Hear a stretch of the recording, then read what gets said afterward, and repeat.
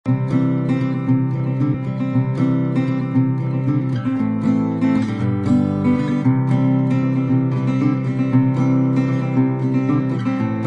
वालेकुम, क्या हाल चाल है। उम्मीद करती हूँ आप सब खैरियत से होंगे। मैं भी अल्हम्दुलिल्लाह ठीक ठाक।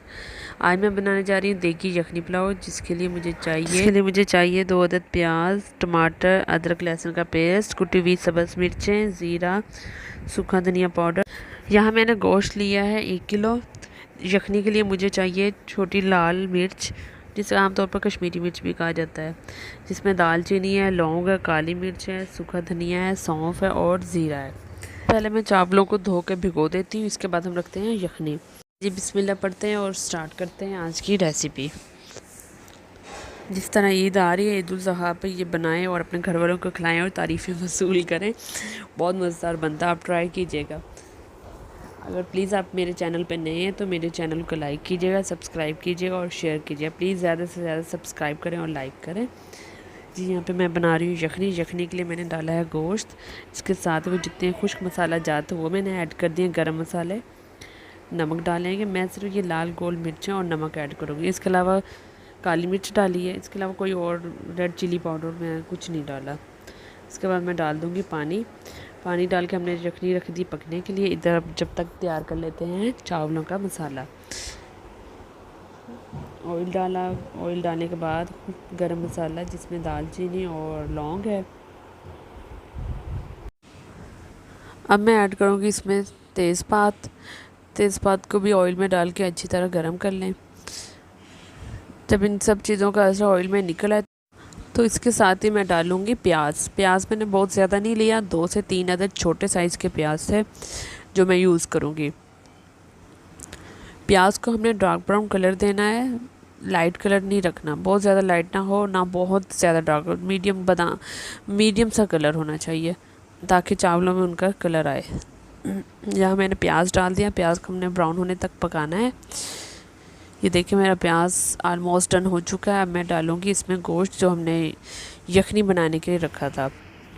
अब मैं डालूँगी इसमें गोश्त को हमने इस लेवल पे डालना है पानी ऐड करने से पहले प्याज में, ताकि ये भी अच्छी तरह फ्राई हो जाए।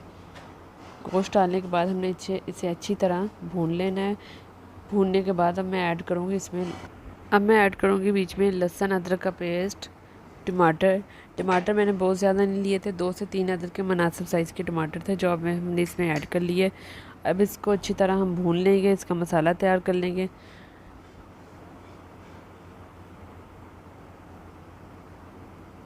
अब हम इसमें डालेंगे सब्ज़ मिर्चें, सूखा धनिया, ज़ीरा और नमक। सब्ज़ मिर्च मैं कुटी हुई इस्तेमाल कर रही हूँ, आप चाहें तो काट के भी डाल सकते हैं।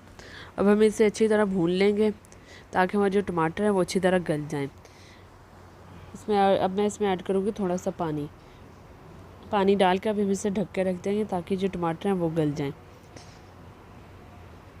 पानी डाल दिया इसमें, अब हम इसे थोड़ी देर के लिए ढक के रख देंगे।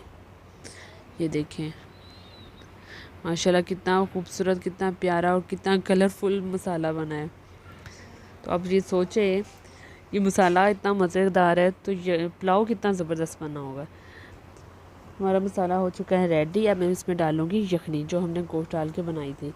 गोश्त मैंने पहले ऐड कर लिया था, मैं वो बची हुई यखनी इसमें ऐड कर दूँगी।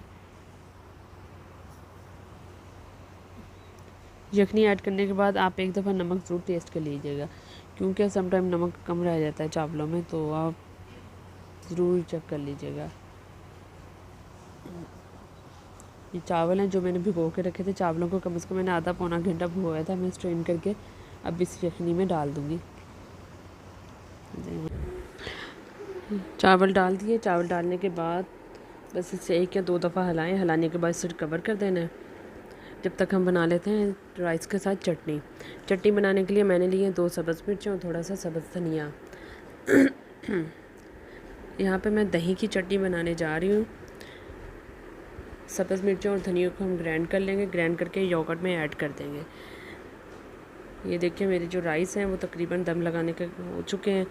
मैं इसे अब दम पे लगा दूँ। हल्का हल्का पानी हो तो आप राइस को दम पे लगा दें ताकि दम पे चावल अच्छी तरह गल जाए। ये देखिए यहाँ मेरे राइस रेडी हो चुके हैं। हमारा दम